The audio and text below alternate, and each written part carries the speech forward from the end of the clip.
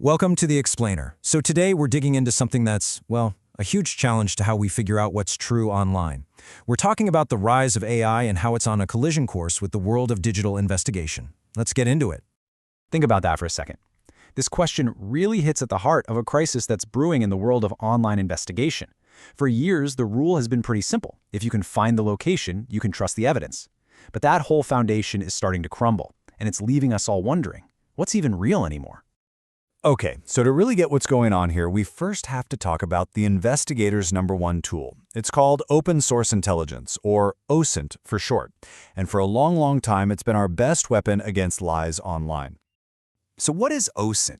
In simple terms, it's basically the art of taking all this public data, stuff like social media posts, news reports, online maps, and turning it into real, verifiable intelligence. It's all about connecting the dots that are already out there, hiding in plain sight. And one of its absolute powerhouse techniques is something called geolocation. Now, geolocation is a pretty straightforward concept, but man is it powerful. It lets an investigator take a single image, a single video clip, and pinpoint its exact spot in the real world.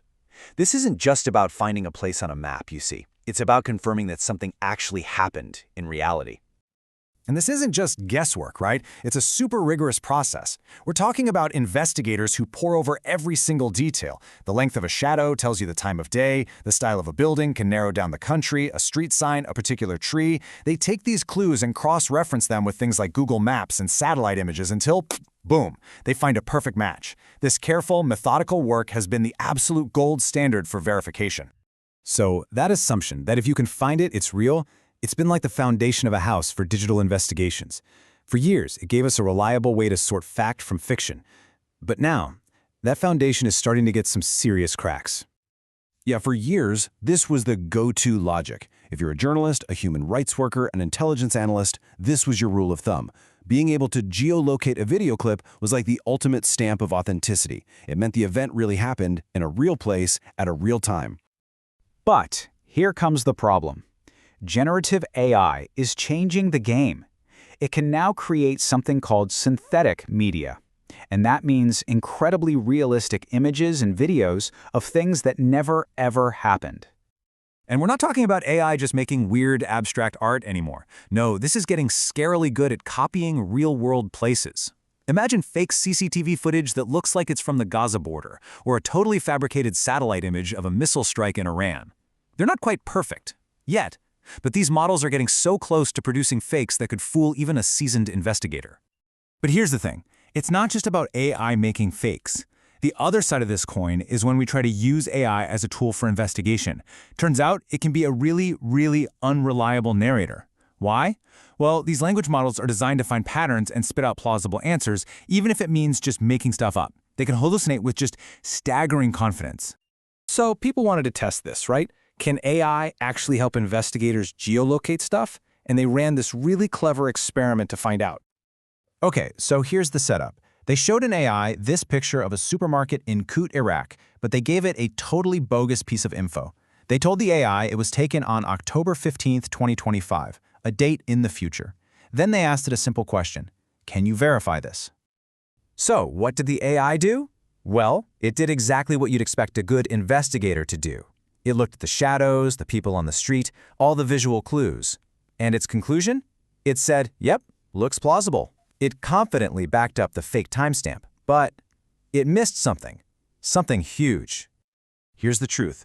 That supermarket, it burned down in a fire. It didn't exist on that date. The AI had absolutely no clue, because that specific real-world fact wasn't in its general training data. And that just exposes this massive blind spot. And that right there shows you the core tension, doesn't it? Good old-fashioned OSINT is transparent. You can show your work step by step. It's backed by evidence.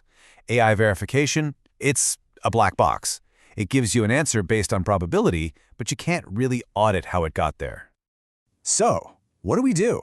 If you can't trust the image itself, and you can't trust the AI you're using to check it, where does that leave us? How do we even begin to adapt to this new world? Well, the answer isn't some fancy new piece of tech. Actually, it's the exact opposite. It's about doubling down on us, on the human firewall. It means we need crystal clear standards for what good investigation looks like. Things like proving the chain of custody for a file, or using cryptographic hashes to make sure an image hasn't been messed with from the very beginning. It's about remembering that this work needs real expertise and critical thinking, not just an app that gives you an answer. What we're really talking about here is a massive, fundamental shift. The very rules we've been playing by for more than a decade to make sense of the online world, they're being thrown right out the window. And if there's one thing you take away from this, let it be this. The old world of seeing is believing is over. It's done. Being able to prove where a video was shot just isn't enough anymore to prove it's real. That era has ended. So we have to shift our thinking. We have to move from just trusting the content to trusting the process and the person doing the analysis. That expert methodology, that transparent work, and yeah, a healthy dose of professional skepticism. That's what matters now. The human analyst is truly the last line of defense. And that leaves us with one heck of a question to chew on.